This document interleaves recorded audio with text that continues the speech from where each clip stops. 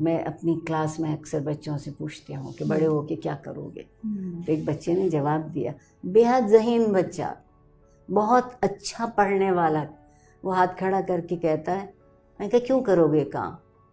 کہتا ہے میم پیسہ۔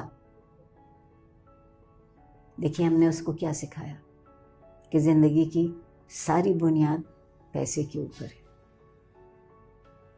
نہیں تھا ایسے، امیر غریب سب مل کے رہتے تھے۔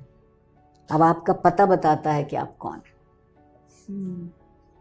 کہ کہاں رہتے ہیں، وہ پتہ بتاتا ہے۔ تو جہاں مکین سے زیادہ مکان کی عزت ہونے لگے گی۔ اور میں ابھی بھی وہ نسل جو اس وقت نوجوان ہے، اگر وہ کسی صورت اس مخمصی سے نکل آئے تو بہتری کہیں نہیں گئی، ایک کروٹ لینے کی دیر ہے نا، کیونکہ ملک تو ہمارا ہے نا، یہ کسی اور نے تھوڑی آ کے سنوارنا ہے۔ ہاں مگر ہوا کیا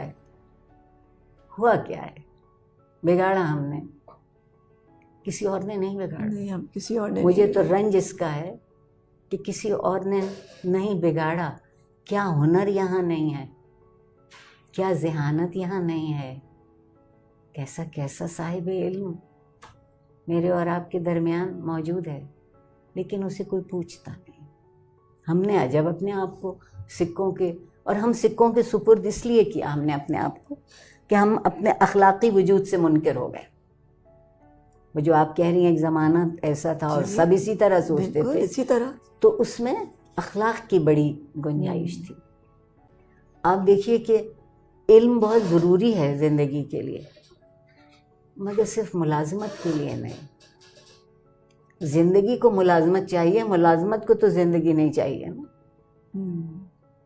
آپ دیکھیے لوگوں کی نظر کس پہ ہے۔ جب آپ کسی سے کہتے ہیں وہ بہت کامیاب ہے، میں سوچتی ہوں اچھا بہت کامیاب ہوگا، محبت بہت کرتے ہوں گے، میرے دل میں ابھی بھی یہ خیال آتا ہے۔ ہاں خوش زبان ہوں گے، خوش اخلاق ہوں گے، میٹھا بولتے ہوں گے، ان کی سمجھ میں نئے لفظ آتے ہوں گے، اچھے لفظ آتے ہوں، تو لگتا نہیں پیسہ بہت، پیسہ ضرورت خریدتا ہے، تہذیب آرزو خریدتی ہے۔ واہ، ہمیں ضرورت اس بات کی ہے کہ اپنے بچے کا یہ احساس بیدار کریں کہ صرف اچھا روزگار اچھا انسان نہیں بناتا، اچھے انسان کو اچھا روزگار بھی مل جاتا ہے۔ آپ دیکھیے بچوں کو لوگ کیا پڑھاتے ہیں آج کل، جس میں تنخواہ زیادہ مل سکے۔ جو بچے فرض کیجئے ادب بہت جب پڑھنا چاہتے ہیں، آرٹس پڑھنا چاہتے ہیں، سوچنا چاہتے ہیں، فلسفہ پڑھنا چاہتے ہیں، میں اپنے گھر بھی اور اپنے دوستوں سے بھی کہتی ہوں کہ اگر تمہارے گھر میں کوئی بچہ ایسا ہے جو سوچتا ہے، جسے تم سمجھتے ہو کہ یہ بہت ذہین نہیں ہے، کچھ نہیں ہے، اس کو سوچ لینے دو۔ اس معاشرے کو ضرورت ہے ان لوگوں کی جو سوچتے ہوں۔ ہم نے سوچنا چھوڑ دیا۔ ہم کر سکتے ہیں، لیکن کیا ہے کہ سب کہیں نہ کہیں ایک ایک فرد بکھرا ہوا ہے۔ اگر وہ سب یہاں آ کے کھڑے ہو جائیں تو ہم بہت بڑی طاقت ہے۔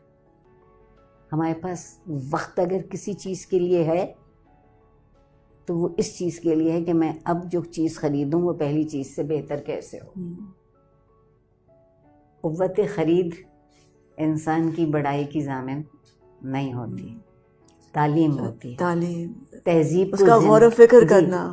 تعلیم ہے جو زندہ رکھتی ہے تہذیب کو، تہذیب ہے جو آپ کو فکر دیتی ہے، جس کا آپ نے تھوڑی دیر پہلے ذکر کیا کہ انسان کا جو فکری سرمایہ ہے۔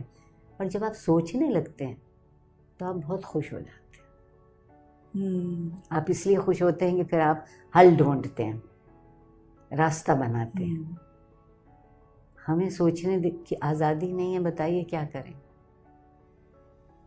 اتنی مہنگی چیزیں، میں اپنے دوستوں سے کہہ رہی تھی آؤ 8 دن گوشت نہ خریدیں، خود بخود قیمتیں نیچے آ جائیں گی۔ مگر کیا ہوگا، لوگ 8 دن نہیں خریدیں گے، 8 دن ہی خرید کے فریزر میں رکھ دیں گے اور وہی کھاتے رہیں گے۔ آپ نے پڑھی ہوگی یہ بات 2 سال پہلے جب انگلستان میں دودھ کی قیمت بڑھا دی انہوں نے، لوگوں نے اپنے دروازے پہ سے دودھ کی بوتل اٹھانی بند کر دی. لوگوں نے جو ان کی سپر مارکیٹ سے اس سے 8 دن میں انہیں اتنا دودھ پھینکنا پڑا جتنا وہ سوچ نہیں سکتے تھے. ہمارے یہاں اس قسم کا معاشرتی دباؤ نہیں ہے. سیاسی دباؤ بہت، مذہبی دباؤ بہت، اور ان 2 دباؤ نے لوگوں کو خوف زدہ کر دیا ہے کہ سوچنے کی سکت ہی نہیں یہ رہی کہ معاشرے کی بہتری کے لیے ہماری کیا ذمہ داری ہے. ہاں ہم کیوں، اور ہر کوئی یہ سوچتا ہے میرے کرنے سے کیا ہوگا. نہیں ہوتا ہے، فرق پڑتا ہے، بہت فرق پڑتا ہے، ہر انسان کے ہونے سے فرق پڑتا ہے، بہت فرق. بالکل. اب آپ سوچ لیں کہ میری حد یہ ہے اور مجھے اس کے علاوہ کچھ نہیں کرنا. 10 لوگ ایسے سوچیں گے، 10 لوگ مختلف ہو گئے اور بھی ہو جائیں گے. بہت ضرورت اس ملک کو کسی ایسے راستہ دکھانے والے کی ہے. میں سیاسی لیڈر کی بات نہیں کر رہی، سیاسی پارٹی کی بات نہیں کر رہی.